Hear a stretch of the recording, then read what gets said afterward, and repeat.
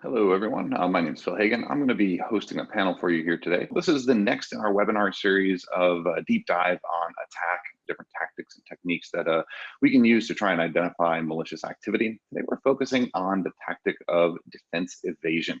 We got a great panel associated or assembled here for you today. I'm going to bring you some really cool real-world information on several samples of real-world malware, kind of how you might be able to learn from those in an effort to improve your own detection game in your own organizations. So without any further delay, let me go ahead and introduce the people that we've got for you here. First up, Tony Lambert from Red Canary. Can you go ahead and say hello, Tony? Hi, I'm Tony. I'm a detection engineer at Red Canary, where we figure out how bad guys use malicious tools and figure out how to find them. Excellent, good to have you. And making her first appearance on one of our webinars, but not first appearance on webinars in general, Katie Nichols from MITRE. Go ahead and say hello. Hey all, this is Katie. I'm the threat intelligence lead for the MITRE ATT&CK team. So very similar goals to what Tony and the Red Canary team have, right? We maintain the framework that is MITRE ATT&CK, all about tracking those adversary behaviors and making that public and open so everyone can use it. Excellent, definitely something I know a lot of people have gotten a lot of use out of. So we're glad to integrate that to what we have for you. And last but not least, Greg Foss from Carbon Black. Welcome to the show, Greg. Hey everyone, Greg Foss with Carbon Black's Threat Analysis Unit, specifically the Applied Research Team, where we actually develop a lot of the rules that we're going to talk about today. Excellent, very good. Well, I'm glad to have all of you. And my name is Phil Hagan. Again, I'm the DFIR strategist for Red Canary, and really eager to dive right in. We've been working hard on this, and I think you're going to appreciate it. So let's get this out of the way. I mentioned it once. Yes, it will be recorded. For those of you who have run webinars before, you know that the number one question that we get out of anything is going to be, will it be recorded? Yes, it will. So we can get that out of the way. You're going to also get some bonus material that we're going to talk about later on throughout the presentation here. So for those of you who are going to be checking your email, probably about 30, 45, maybe 60 minutes after we're done here, you should get some of that in your inbox ready for consumption. Let me go ahead with what we're going to cover here today. First of all, we're going to be covering specifically defense evasion, and we're going to look at multiple operating systems. We've got a Windows example, we've got a Mac example, we've got a Linux example, and kind of show different ways that adversaries are trying to avoid defensive mechanisms. So not necessarily evading detection, that's a nuance we're going to get into a little bit. But it's something that is very common, and it's very interesting because it's usually a tactic that's not used by itself. It's usually used in conjunction with other things. So we're going to talk about how to kind of increase the fidelity, the signal to noise ratio of your detection and defensive capabilities by using these evasion observations, looking at how the adversary is trying to do that. We will have Q&A at the end. You do have a Q&A interface in your Zoom application. Feel free to ask those questions, and we will answer them either during the presentation here, or we may have a chance at the end. We should have about 15 minutes carved off for those. And anything that we don't get a chance to do, we'll try to address some of the more commonly asked questions via Twitter and some other stuff like that. So a lot of great stuff for you today. We'll go ahead and get it started off by this. And this was fascinating. I'm going to hand this over in just a second to Katie, but this was kind of the impetus, the beginning of this, because I'll let Katie describe this, but we basically wanted to create this material in a way that was very provably related to real world observations. So with that, Katie, explain to us a little bit about what you had done, and I know, Tony, you've got some perspective on that as well. Yeah, thanks, Phil. So what you have on your screen is actually from a presentation that I gave with Red Canary's Brian Beyer at the SANS CTI Summit back in January. So what we did was we took two different attack map data sets. On the MITRE side, we mapped open source reporting over the past 5+ years, hundreds of reports that we mapped manually to attack. And on the Red Canary side, they took their detection data, which Tony will talk a little bit about. And we said, okay, across all the examples that we've mapped to attack, what were the most common techniques that we found? We compared our top 20, and then we binned them into these tactics. So if you're familiar with attack, you'll know that a tactic is the adversary's technical goal. And as we did that binning, what we found is on your screen, right? We found that out of those top 20, the majority were in this defense evasion tactic, which is all about how adversaries try to get around our defenses. 3 of those techniques that were in our top 20, which we'll touch on today, disabling security tools, obfuscated files or information, and masquerading. And it's really important to note that, when you have these different data sets, all data is biased and limited somehow. We mapped open source reporting blog posts from a lot of you all, and that was a powerful data set. We were able to do that manual mapping and spend a lot of human analysis, which is great, but human analysis can also be biased. So it's important to kind of know the strengths and weaknesses of your data and then combine it with complementary data like what Red Canary has. So I'll throw it over to Tony to talk a little bit about that. Absolutely. So if you're looking at the graph, you'll kind of notice the data looks a little bit different from the Red Canary perspective versus the MITRE perspective. It's primarily because of data sources. When we do detection from the Red Canary perspective, we use data that comes out of Carbon Black in the form of process metadata. So the red chunks of the graph where you see, these are all things that we've worked on detecting with process metadata alone. So when you see the blue, see the MITRE data set that's also included with this, this is how much the world can open up when you're using additional data types, when you're using stuff that's like you have process metadata, plus you have additional logging, or you have additional passive DNS, you have additional event logs, all these different things where you don't just have to use one data source. You can have an entire world's worth of data sources and figure out exactly how you want to detect all of the things that you're concerned about. Yep, absolutely. Great point, Tony. And so, yeah, it was really a pleasure to kind of combine these different data sets. Yeah, definitely. So it's kind of cool to see the things from multiple different perspectives and realize where they overlay and sometimes where some of the difference of perspective comes in. I wanted to kind of extend a little bit of what we touched on previously about how this is largely a supporting tactic. And I know we could come up with thousands of examples of this, but the ones we've got here are going to be woven into the 3 examples we have a little bit later on. So I wanted to kind of give you a chance here. And Kate, I know you had talked a little bit about some of the kind of marriage between some of these different tactics that you've observed, and hope you could point on those for a little bit. Yeah, so defense evasion is sort of interesting because I call it a supporting tactic, right? A lot of the other tactics you can think of roughly as phases, lateral movement or initial access, but defense evasion is one of those that breaks that mold, and that's why we define in attack tactics as the adversary's goals, right? Their goal here is to evade those defenses. But as they're doing that, they're usually doing something else with it, which is why I call it a supporting tactic. And that evasion itself can actually be useful for detection, as we're going to talk about through this webinar. So a couple examples for you. What do I actually mean as a supporting tactic? Well, first of all, masquerading and a scheduled task, right? Scheduled task is a really common persistence method. So maybe an adversary names their scheduled task Adobe Updater to try to masquerade as a legitimate Adobe scheduled task. Well, that's defense evasion along with that persistence. So it's a supporting tactic there. Another example, run DLL32, an executable you can use to run arbitrary binaries. That's sort of defense evasion and execution at the same time, right? Adversaries love that. And I know Red Canary and Carbon Black, and I know we've seen a lot of reporting on that one. And they love it because it evades defenses while it executes. So you kind of can't separate those 2 tactics. It's both in one.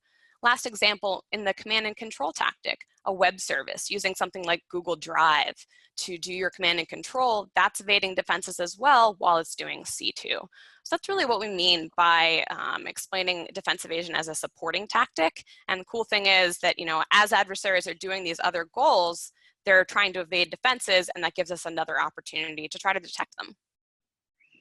Yeah, absolutely. Kind of increases your fidelity, I think, is a great multiplier for your capabilities. One of the things about this is defense evasion, it's not new. It's kind of been around forever because, let's face it, adversaries want to avoid being booted out of their environments that they're compromising. But Greg, I was hoping you could talk a little bit about how this has changed over the years, because even though the tactic itself is very old, there's of course been a lot of evolutions and basically just morphing of that capability over the years. So can you give us a little bit of kind of a brief history of defense evasion?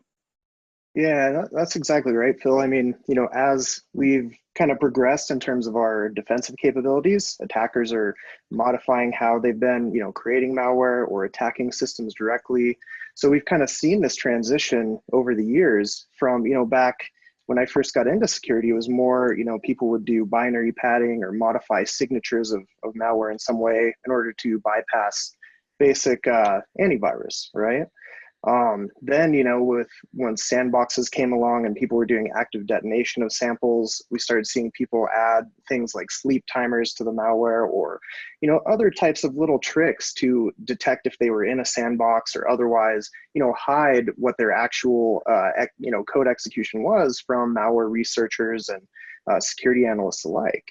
And over the years, we've just kind of seen this continue to progress. We've seen polymorphic malware come out, which is kind of dynamically changing as it pivots, and a lot of really neat tactics. But nowadays, more of what we're seeing is kind of this shift to a lot of this living off the land, using binaries that are already within the host operating system. So a lot of those techniques like application whitelisting and things like that, makes it a lot more difficult for for you to detect this activity if they're actually using things built into the OS.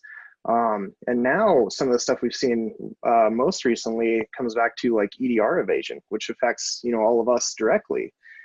It is some pretty neat tricks and stuff that we're actively looking at, like how do we actually detect this? How do we block this? What are ways we can look at, how do we detect this before it gets to the point where they're actively doing an EDR bypass sort of tactic? So it's really, really kind of fun in my perspective, because it's like cat and mouse, and we keep kind of keeping pace with the change of how attackers are modifying their techniques. Yeah, absolutely. It's like one of those, perpetual states of free fall where they're always going to keep improving their game. We're going to do the same thing, and then we wake up and do it again the next day. That's good stuff. And obviously having that background is really important. But I know a lot of the folks we brought in here today were really interested in how this really is going to be played out in a real world scenario. I'm glad to say we've got 3 of those for you. And the first one is going to be a sample called Trickbot. If you're not familiar with it, we're going to give you the background on it to begin with. But it's going to give us some really good visibility into some of the ways to narrow down a large sample of potential badness and get it down to a much smaller sample of more consistent badness. So with that one, wanted to pass this one off to Katie to kind of give us a little bit of a background here and kind of lead us in with our first sample on Trickbot. Yeah, thank you. So Trickbot is one we actually just added to our software pages in Attack with our April release. And we added it with the help of several contributors because it's been seen pretty widespread. Many of you have told us that you've seen Trickbot in your environment and wanted to know what techniques is it using. So we have on our matrix, it's also on the Attack website if you want to dive into this. Here are the techniques that we've seen Trickbot using based on solely open source reporting we've mapped. And 2 of those, Tony's going to dive into a little bit more as he talks about how Trickbot disables Windows Defender using PowerShell. So that's 2 techniques, right? I talked about those supporting tactic that defense evasion is. So it's PowerShell for the execution. And then the defense evasion side is disabling security tools. So hand it over to Tony to dive a little deeper on that. So kind of a cool thing with malware families that are very widespread, such as Trickbot, MITRE ATT&CK, things like those. They introduce new binaries almost on a daily basis. They introduce at least on a weekly basis. And malware authors, they have to spend development time just like you and me. They have to spend resources. They have their own costs in developing new malware, new software, new tools. Wouldn't it be kind of cool if there was a way that they could extend the life of their malware, the life of their tooling, just a little bit longer so that they don't have to go through another development cycle and have to waste more binaries, waste more tooling for one particular set of exploitation? That's kind of what they do in this case. The way they do this is by disabling Windows Defender. We can have a very high fidelity signature with Trickbot where they use PowerShell with a very specific command line to go forward and disable Windows Defender's real-time monitoring using this PowerShell set MP preference disable real-time monitoring true. And it's, for us from the Red Canary perspective, is that this is almost a Trickbot detector for us. The last 30 days, 86% of the times we saw this, it was Trickbot, it was malicious. It's something that becomes a very high fidelity, very powerful alert for us, where we can say this is definitely something to look into. Even if it doesn't turn out to be Trickbot in your environment, it's something that you may want to alert on anyways, because you want to know if somebody is disabling Defender in your environment. And in the case where you can see that it definitely is Trickbot, you have something like we have with a carbon black process tree over on our next slide, where we can definitely see if we just go up a couple of processes in the tree, we find our Trickbot process. This action happens consistently with pretty much every Trickbot infection we've seen in the last year and a half, 2 years, something like that. And it happens immediately after the installation of Trickbot. It happens consistently no matter the distribution method of Trickbot. So if you happen to miss a document infection, like a document-based infection that was the initial vector, you still have a chance to get the malware if you're able to look for it disabling security tools. It's something that really gets powerful for blue teams, really lets you stop the malware early before it starts spreading to other systems. Yeah, I know this is a really great detection, Tony, and I like this one in particular because anytime this activity is happening on your network, it's something you want to know about. You definitely want to first understand your environment, see if this is something like you're doing through GPOs or otherwise disabling because you have a different solution in place.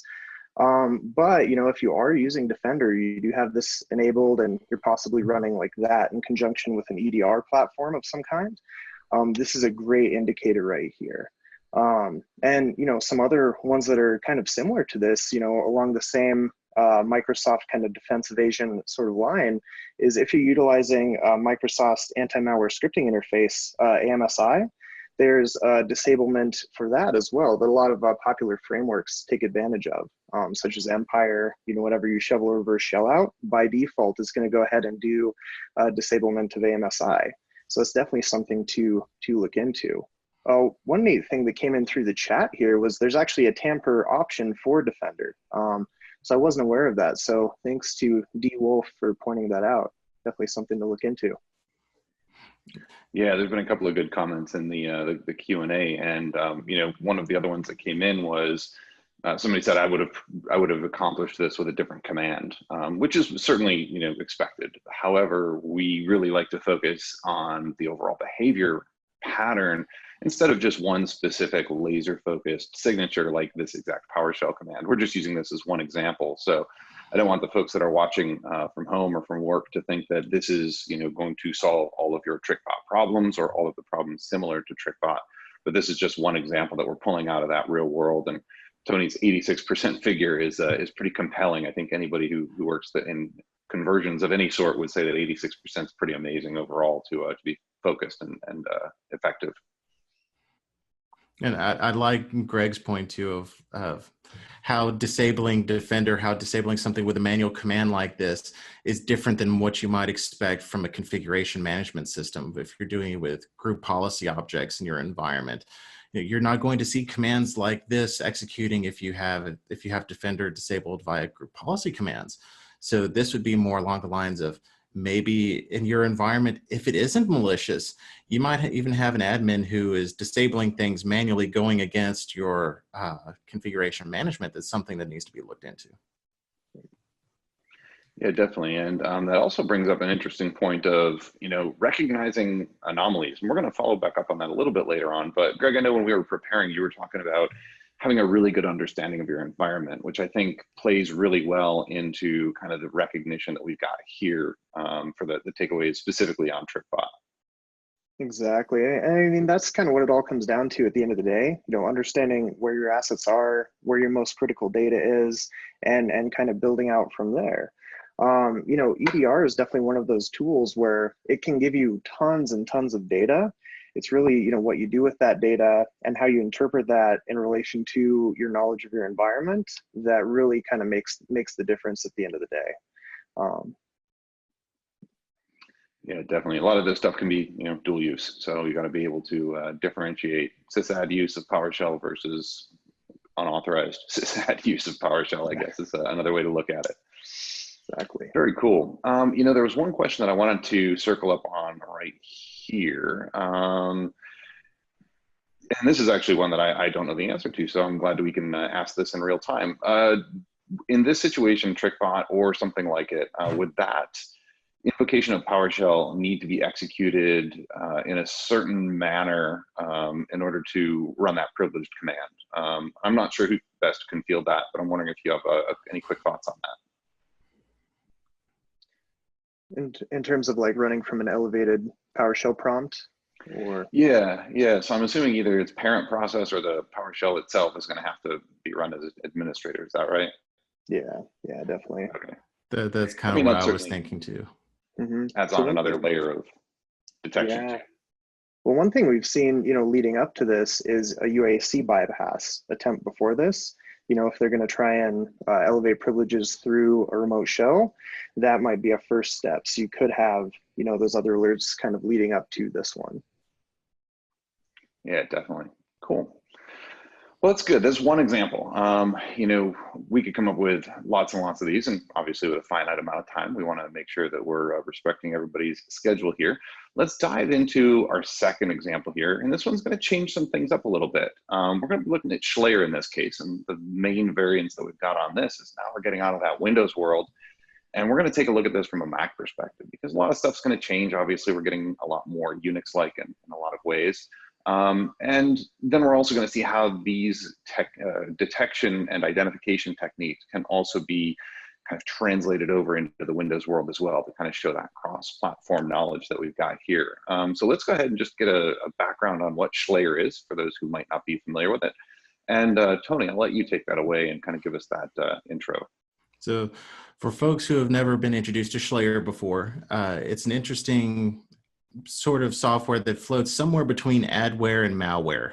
I tend to fall on the side of malware because it usually participates in some sort of ad fraud sort of activity where you would get get a prompt for a fake Adobe update or a fake Adobe Flash installer or something like this, and then while it's doing the installation, it also drops down some sort of second stage adware payload behind the scenes.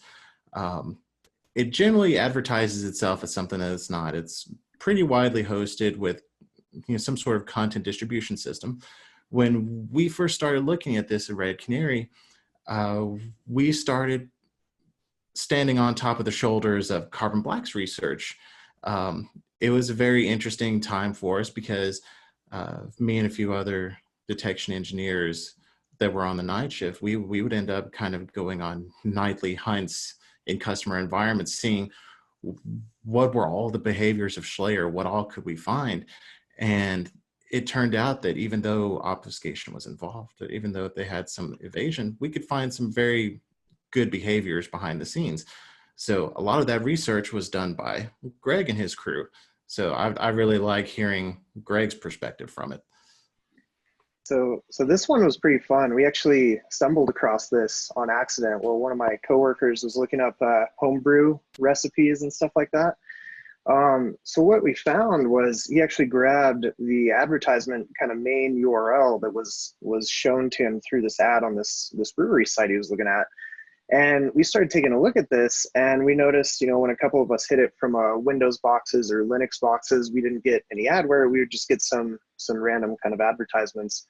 But going to it from a Mac, we're able to actually pull down a fake Adobe Flash payload.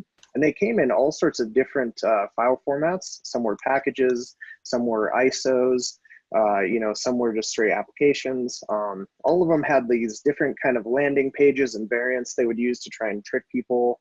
What was interesting about this was just the fact that you could only pull one payload per IP address. They would block you from further gathering samples, so to speak, from their advertisement server.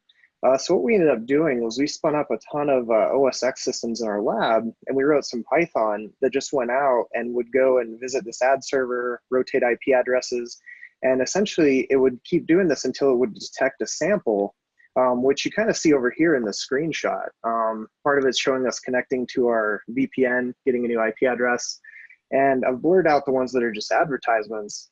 But essentially, when we'd find one, we'd had it close the pop-ups and actually pull down the sample, screenshot the web page, gather the source code from the web page, kind of all the stuff we would like to learn about this malware.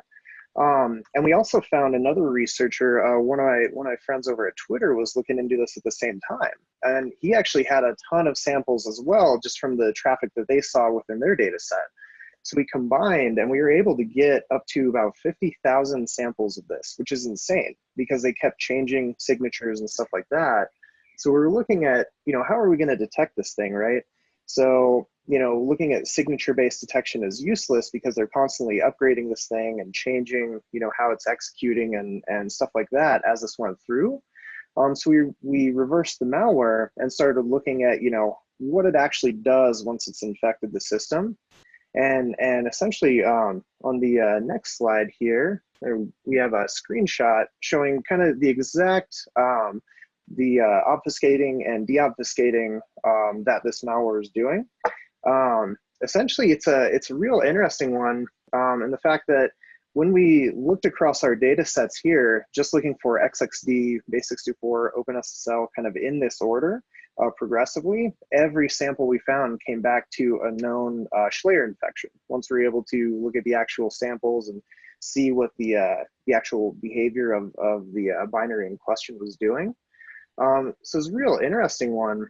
So our first detection, we're actually able to look for just these indicators right here and actually find a lot of these Schleyer infections. It's one of those rare ones where we actually have, very high fidelity when we run this this query, looking across our data sets. So definitely kind of an interesting indicator. But we actually looked a bit further to see kind of some more that we could look at in terms of detecting this in other ways. Should they change, how they're doing this specific piece of the code right here. So here is just a heat map showing what it looks like within our data sets of just looking for the process of curl. So just people running curl across various endpoints. And then the next image here, let's see. There we go. So this is the exact curl command that the Schleyer malware is using. So essentially this one, let's see here. So it's using these specific flags to indicate kind of how it's going to make these curl commands. So F means it's going to fail silently. The -0 means use HTTP 1.0 for the request. And then L is going to follow redirects. So the way this malware worked, like every time we saw these requests going out, there were multiple hops, like a minimum of 4 per request that this was going through. So it's real interesting to see this comparison between the two here. So looking at just curl versus how many people are actually running curl with these specific flags. And we found this to be an actually very high fidelity indicator of Schleyer infections on top of looking for the encoding actions that we looked at on previous slides. And that's really cool too, because like looking at this from the EDR perspective, we had a couple of questions come in chat about other ways of detecting some of these methods that we're seeing used, some of these specific techniques. And as we're looking at some of the examples that you had, there was this combination of plain text and HTTPS that were being used across a variety of those 50,000 different collections that you captured.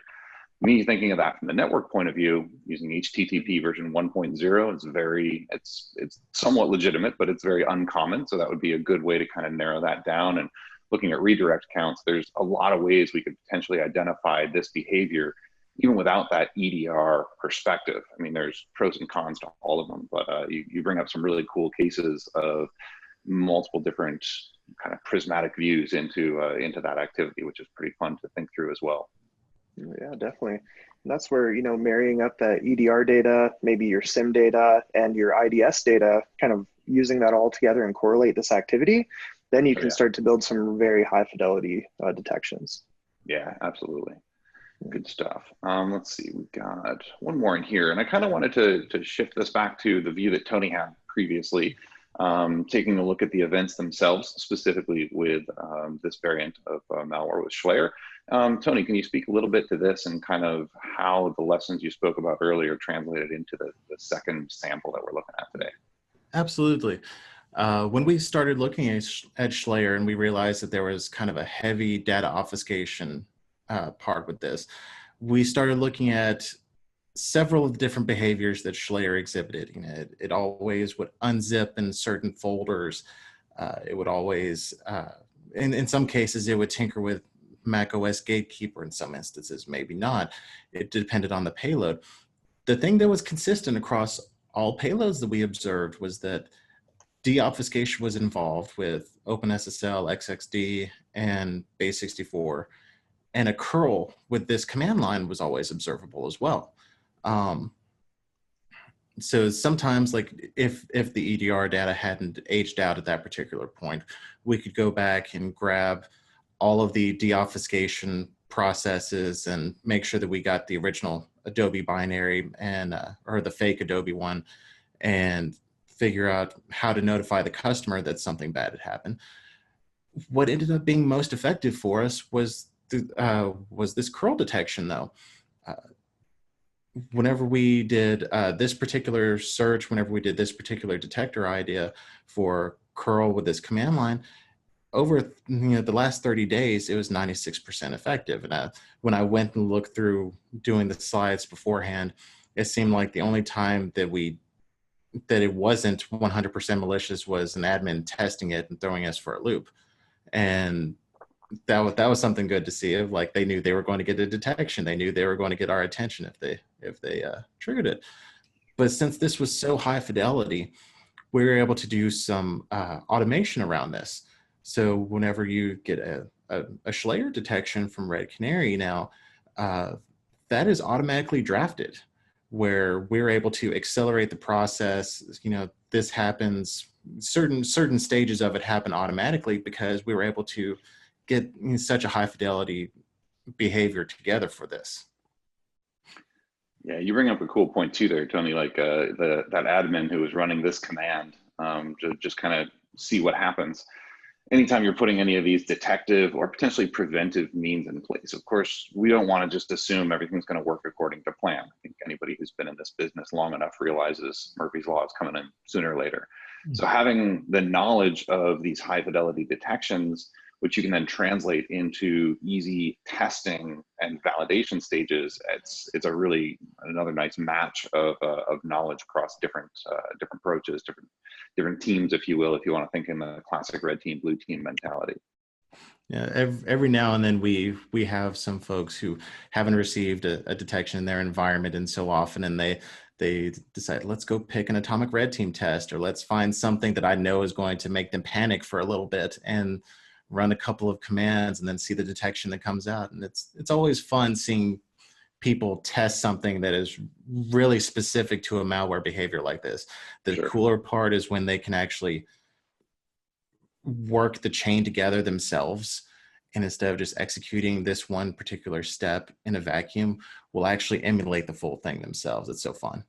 That is awesome. Very cool. Well, let's see. We've got, I think, one more on Schlayer. Recognizing the technique. I wanted to hand this back to Katie. Kind of talk about different ways in the attack framework specifically where you'd be able to kind of visualize this particular variant of malware under your framework.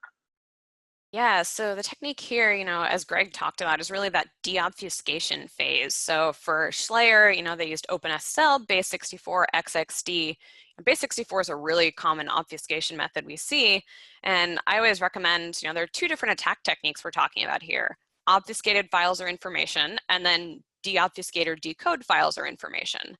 And those happen together. So if you're seeing some kind of obfuscation in your malware, they're going to have to decode it or deobfuscate it some way, right? So look at that. And, Greg gave you a great example there of how they had a detection that worked really well for this on the macOS side. On the Windows side, in terms of deobfuscation, a common technique we're starting to see is a certutil. So it's a legitimate command line tool that you can use to kind of pull information about certificate authorities. but that can also be used to decode binaries, right? To, if they're stored in a certificate file, to decode that information. So that's something, again, as we're talking about this defense evasion, they're trying to kind of bypass your defenses, but if they use this cert util, and maybe that's not uncommon and not common in your environment, but that can be a great thing to look for in terms of this de-obfuscation. But as we keep talking about, it's important to remember that this depends on your own environment. So maybe you have a bunch of admins who are using cert util legitimately. Cool, start to filter that traffic and look for those abnormalities. And another great tip here is look at the surrounding activity. In any forensics work, right, we have to look at what's happening around that time. So I wanted to send it over to Tony to dive in on that point a little. So this is actually something relevant to what to a customer I looked at this morning. We have an incident response partner who's working in active breach, and one of the things that jumped out in their environment was web shell activity, and the web shell activity ended up using certutil to obfuscate, deobfuscate payloads that were uploaded to the particular web server. You would see like w3wp.exe, like an IIS worker process executing certutil to deobfuscate what they had uploaded. So what's really interesting about this is maybe using certutil in a normal admin capacity, you'll have certain behavior patterns. You'll have Explorer spawning PowerShell or Explorer spawning CMD to spawn certutil. But in this case, we had a really abnormal chain of execution. W3WP probably shouldn't be spawning a command shell with certutil. That's something that you can really start hunting for in your environment.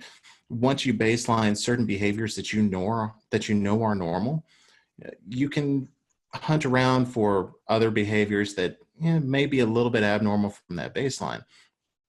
Another part with Schleyer specifically is that we knew that obfuscation was involved. We could have a detection around the deobfuscation part. Maybe simply just having OpenSSL, having base64 being in command lines, being those process names, that can be a signature to itself. When do they commonly happen in your environment? Can you, identify behavior patterns where they're abnormal? Yeah, we're going to touch back on that one in the next sample as well. But before we went on from this, there were actually two comments that actually fit really well with what you both were just saying a moment ago. The first one from Andrew is, if we can see this, can we block it? And the answer, of course, there is yes, but there's a really big asterisk on the end there, because the example that you were talking about, Katie, with anytime you see, certutil, whatever you want to call it, is it malicious? Well, it depends. So having some of these other layers of characterization to plaster on top of that take you from, a maybe to a definitely very quickly. So once you start to get the ability to detect with high fidelity, it then kind of improves your ability to block with high fidelity, but without the potential risk that comes along with that, which is false positives. You don't want to block that admin because I guarantee you're going to have a bad day. So those become really neat ways to do that. And then another question that came on here, which I'll answer just real briefly. Why would it bother using HTTP 1.0? And is that really that good a fidelity of detection? And I'll answer the second part of that first, actually, which is I don't think that alone is a very good detection mechanism, because there is a lot of legit stuff out there that is still using 1.0. However, again, back to what we were just saying with adding on the extra layers and putting all these things together, that alone, those all together probably give us a much better, a much higher degree of certainty that we're looking at something that's a way off base. So good questions from you folks in the audience here today. So we appreciate those. We're going to shift gear into our third and final sample for today anyway. And this one, it was kind of funny when we're preparing for the webcast. We didn't know how to pronounce it. Is it Rocky, Rocka? Who knows? We're going to probably go mostly with rock, but we'll probably slip into our old habits and deviate there in some way. We're going to go ahead and do, this is our third, and this is also a very different one. Now we're going to take a look beginning on the Linux side of the house And this is a real novel way of evading that kind of defense. So Tony, give us a little background here on cryptojacking in general and ROC specifically, if you could. So far we've covered a couple of malware family malware threats. ROC is where we can really get into and cover an adversary. Well, malware is just a tool for an adversary, right? So ROC is an adversary that gets into cryptojacking really well, where the idea behind cryptojacking is an adversary compromises a web server, compromises some sort of publicly available service that is available on the internet, and they subvert the system it's running on for their own crypto mining, cryptocurrency mining processes, things like that, where they use your resources to try to get them money. This is something that was really cool to see. It popped up this year, popped up in the latest attack update, attack framework update, where it's now under one of the new impact tactics. Yeah, thanks for highlighting that, Tony. Wanted to highlight real quick on the last slide that this is a new technique, and we added it based on kind of community input, right? You all are telling us there's a lot of crypto mining, cryptojacking out there. And so we kind of abstracted that into the more general resource hijacking. In case you missed it, yeah, the end of April, we had a pretty big content update on the attack side, and we added this new tactic called impact, which is all about how adversaries impact your integrity and availability, right? That CIA triad. And we heard from the community that cryptojacking was something you wanted, so we added that new technique in. So wanted to highlight that for you. Awesome. It's always fun to see the evolution of the frameworks themselves too. So that's great. Well, let's get just a little bit of a look at ROC specifically. And I'll let you guys kind of talk through this a little bit, but this one's pretty fascinating for a couple of reasons I think everybody's going to be readily apparent with. So one of the reasons that this is one of my favorites is we get really into a little bit of Linux systems internals, where people are a lot more familiar with Windows system internals than they are with macOS and Linux. It's a lot harder to find some good system internal materials for Linux systems than it is for Windows. So we tend to learn our lessons the hard way. In the case of ROC here, they opted to use some masquerading around Linux system processes. If you ever look into a PS with all of your processes on a Linux system, you're going to see a lot of weird processes in brackets called kworker. You may see one called kthread, other ones similar to this, and these are all typically kernel threads. They're kind of processes, but kind of not at the same time on a Linux system. ROC decided to kind of co-opt this sort of thing to mask their own activity in their environment, or in environments that they compromised. So when they would drop a binary to disk, they would name it kworker ds. They would name it something similar to kworker, so that if you went and you did a Google search, what is kworker on my file system, you're going to encounter a bunch of forums, a bunch of documentation that says kworker is a kernel thread. Don't mess with it. And they kind of bank on you having that fear and uncertainty and doubt of what's running on your system. When we started investigating this a little bit more from the Red Canary perspective, we found a really cool way that we could create, sort of a behavior signature for it. It turns out that when you looked at kernel threads as they were represented in Carbon Black, the binary data was different than normal legitimate processes that we would see. So over on the left-hand side, we see kworker instance inside brackets, and down at the bottom it says unknown binary, and it has an unknown MD5. This typically means, we're used to kind of saying, okay, maybe something happened when this binary executed on the Windows side and the data wasn't gathered. In this case, the data was 100% gathered. It's just there was nothing to gather. In this particular case, when kernel threads execute on Linux, there's no binary to back it up. If you go and you take a look at what the binary image is, the executable that loads, there's nothing that backs it up. It's all part of the system. So working from this idea, we can look for processes that have a command line that include kworker in them.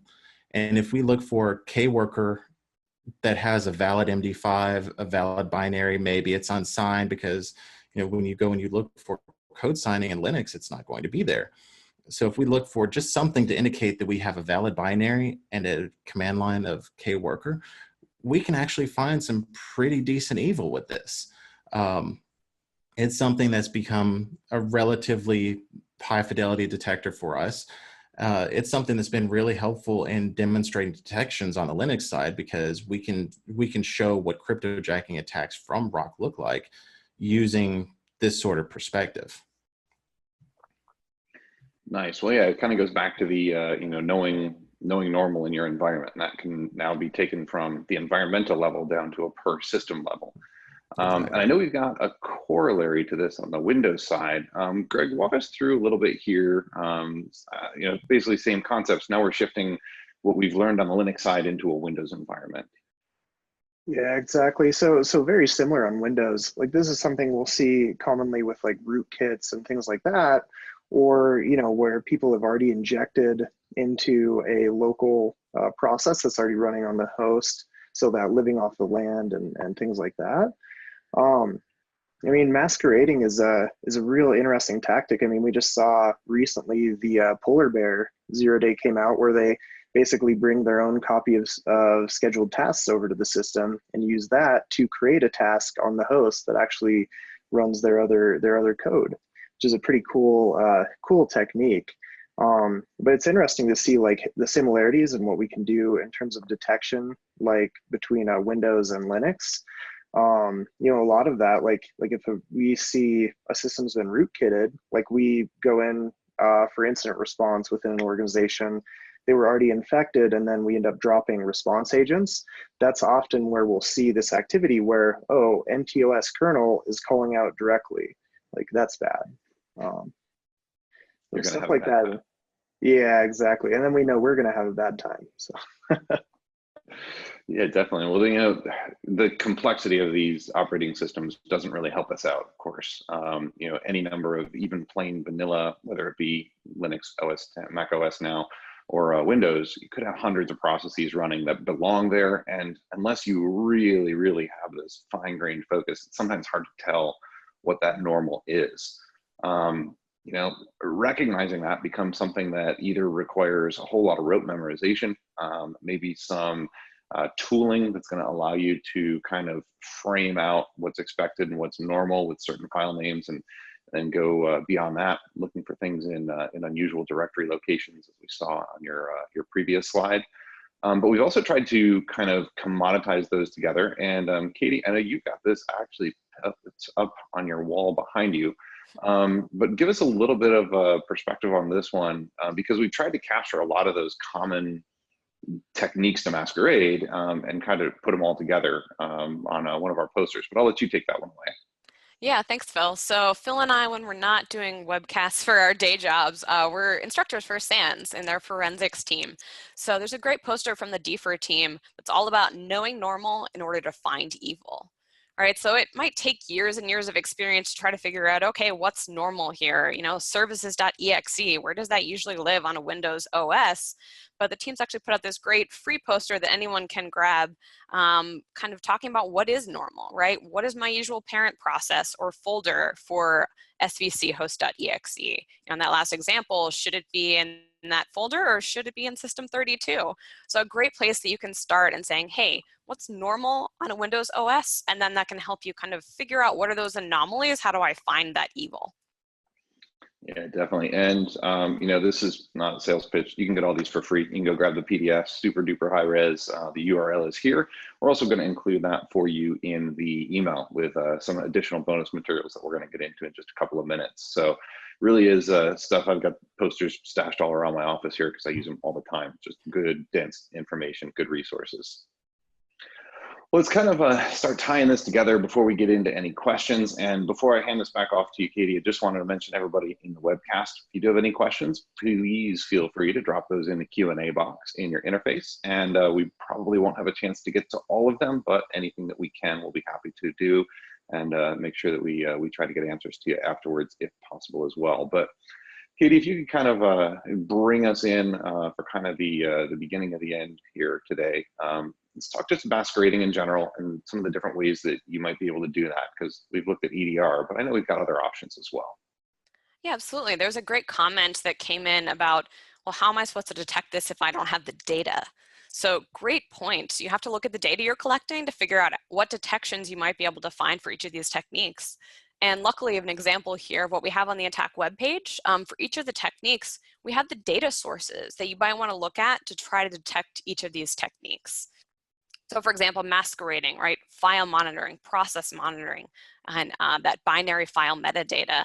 So you can pull all those through 6taxi. We have a helper script on attack on our GitHub. And we've given you a lot of other detection mitigation ideas for each of these techniques. You know, how do I get started? If I have file monitoring data, what techniques might I be able to detect? Well, masquerading is one of them, and there are many others. So check out our website for additional ideas about how you detect each of these. Yeah, definitely. And there's actually a couple of questions I wanted to try and get before we go into our takeaways. This question, actually, Greg, I know how we do it on the Red Canary side, and wanted to try and see, do you within CB itself have mappings into attack framework? We do, yeah. So Okay. essentially the way we map to attack is by tags. So it makes it really easy to search through, and then you can see, you know, what our actual coverage for certain techniques are. And also some of them, you know, if we're specifically looking at like our attack mapping watch lists, those ones, it'll usually be in the title as well as the tag. Excellent. So lots of different ways you can try and get your you know, awareness across that matrix. And that kind of goes into another comment here about recommendations for detecting the technique pairs. You know, I know that I've seen how a few organizations have done this. I think a lot of them involve just looking at that almost heat mapping approach to, we've seen this event or maybe a certain time frame of activity on an endpoint. Where do they really start lighting up like a Christmas tree? And then depending on how those work together, the pairings and that correlation becomes visually apparent. On the other hand, I know there's a lot of other SIM and SIM-like engines out there that will kind of do that as well. And if nothing else, you know, if you're looking at more of a focused deep dive, maybe a forensic investigation or incident response work, that might be the kind of thing that you do manually, and then slowly build that into a more automated process depending on the tooling that you have available. Yeah, Phil, I'll jump in here. Yeah. We see a lot of people kind of using attack to sort of organize how you're writing these, usually behavioral analytics.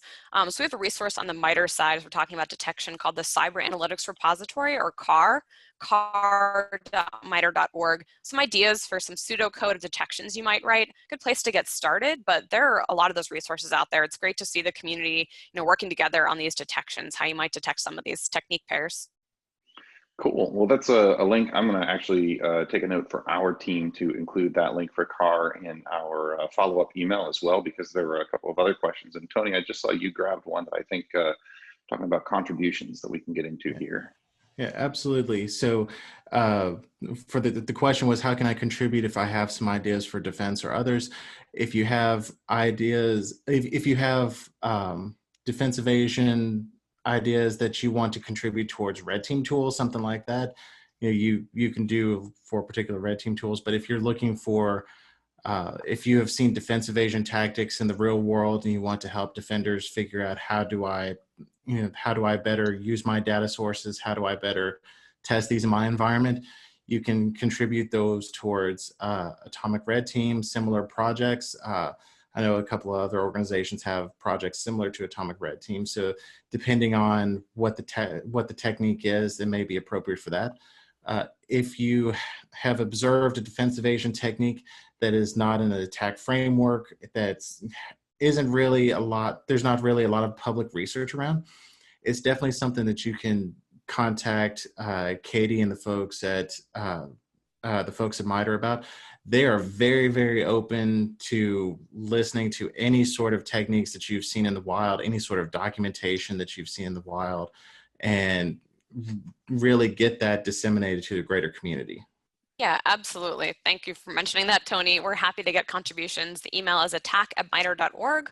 Also on our webpage, which I have a mock-up of on the screen, we have a contribute link. So check that out. If you're seeing these defense evasion techniques in the wild, great way to make sure people know about how to detect them is to throw them into attack. So we're happy to hear from the community.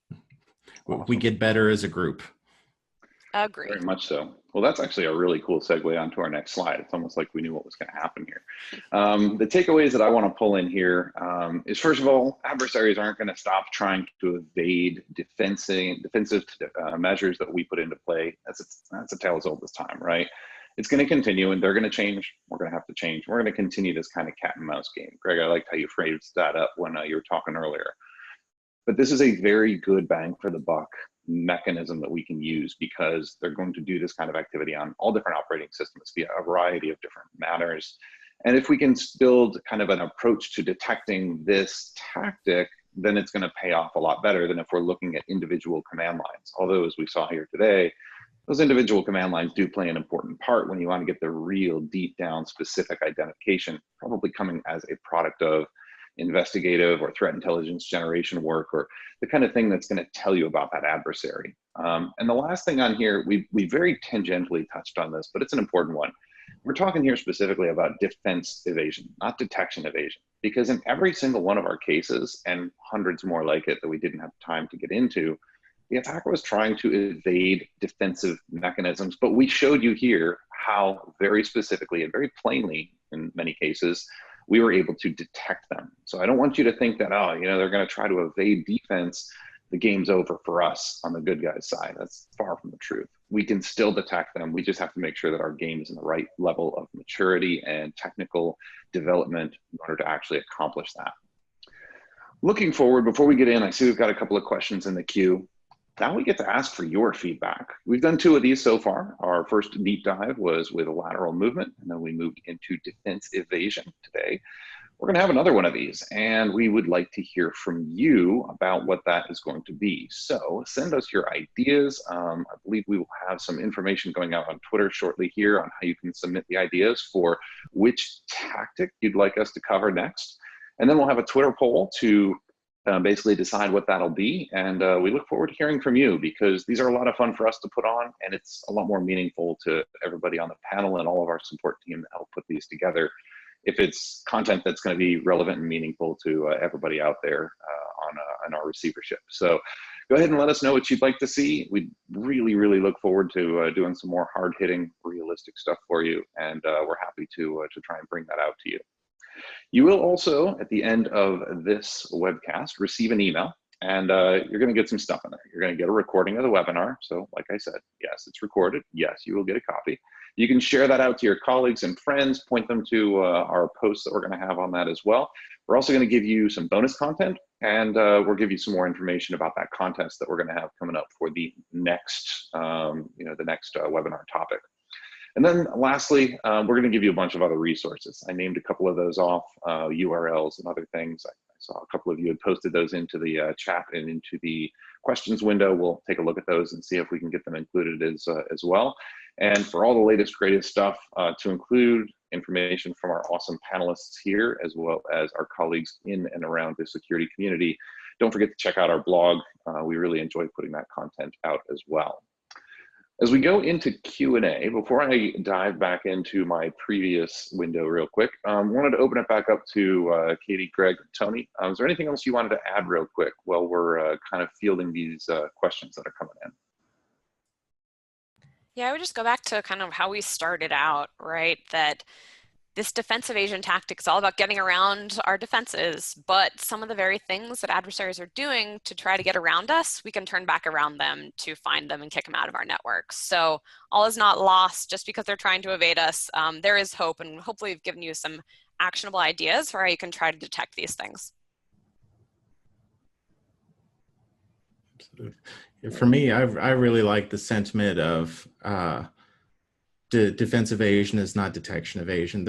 The forensic geek in me always ends up looking at it like every time an adversary touches the system, there's some sort of evidence. There's something there that we can pull forward. There's something we can find. And it's the same thing with fileless malware. It's the same thing with anything else.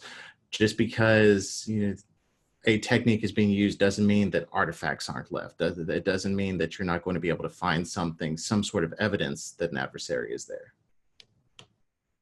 I think the core of kind of, what we covered today is looking at, I think Katie summarized it really well, like turning kind of these defensive tactics that they use to evade our defenses back around on them.